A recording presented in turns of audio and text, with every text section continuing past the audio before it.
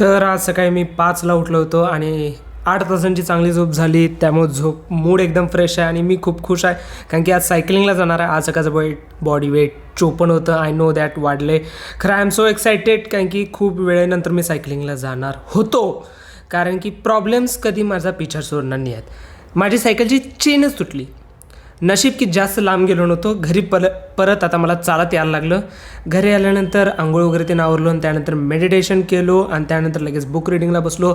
आज होता restart day 181 आणि आजची सुरुवात तर काय चांगली झाली नाही. त्यानंतर पोस्ट वर्कआउट तर काय झालंच नव्हता. फक्त चालत सायकल ओढत आणलो होतो घरी आणि आज काय काम नव्हतं. बाय द वे मी जे पुश पुल लेग्सचं जे करालो आहे त्यामध्ये जरासं चेंज आहे. मी आत्तापासून करणार आहे push pull abs push pull leg.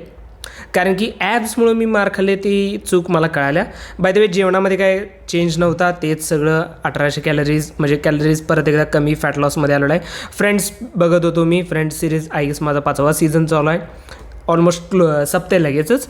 आणि शेवट सनफ्लॉवर सीड्स प्लस दही खाऊन आजच्या दिवसाच्या total 15,000 steps done. Tomorrow restart again.